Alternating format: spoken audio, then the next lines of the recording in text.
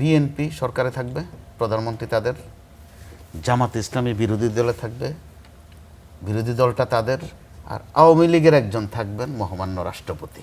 আচ্ছা, অর্থাৎ ত্রিদলীয় একটা ঐকমত্য কিন্তু এখানে আছে।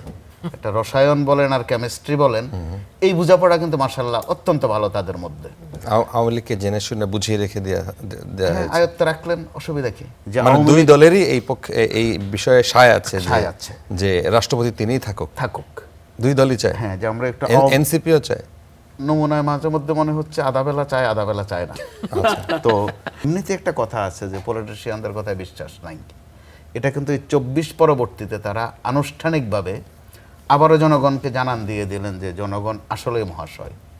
তারা সহ্য করতে করতে এত মহাশয়, তো তখন তারা সমান্তরালে এটা বোঝে যে এখন এই মসনদের যে কাঠামো, এখানে কিন্তু ঐকমত্য একটা আছে ত্রিদলীয়।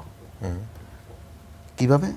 যে বিএনপি সরকারে থাকবে, প্রধানমন্ত্রী তাদের, জামাত ইসলামী বিরোধী দলে থাকবে, বিরোধী দলটা তাদের, আর আওয়ামী লীগের একজন থাকবেন মহামান্য রাষ্ট্রপতি।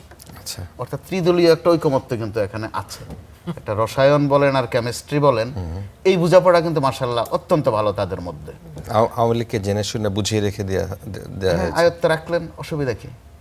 এটাও তো একটা নতুনত্ব। বাংলাদেশে কোনো দৃষ্টান্ত যদি একবার তৈরি হয়, সেটা চলতেই থাকে। আপনি মহামান্যের বক্তব্যগুলো শোনেন তো, এক একটা কোনোটা জামাতে ইসলামের চেয়েও করা, বিএনপির চেয়েও করা। যে জুলাইতে কি হয়েছিল, বিএনপি জামাত ইসলামও এত কঠিন করে বলতে পারেন না, মহামান্য যত কঠিন করে বলেন। তা আবার মহামান্যকে নিয়ে হেন তাচ্ছিল্য নাই, যেটা এই দুই দল মাঝে মধ্যে না করছে। এখানে চোখ টিপাটিপির একটা বিষয় আছে। এমনটা যদি হয়ে থাকে যে মানে দুই দলেরই এই পক্ষে এই বিষয়ে সায় আছে যে রাষ্ট্রপতি তিনিই থাকুক। থাকুক, দুই দলই চায়। হ্যাঁ, যে আমরা একটা এনসিপিও চায়। নমুনায় মাঝে মধ্যে মনে হচ্ছে আধা বেলা চায় আধা বেলা চায় না। তো এখন কিভাবে সেটা?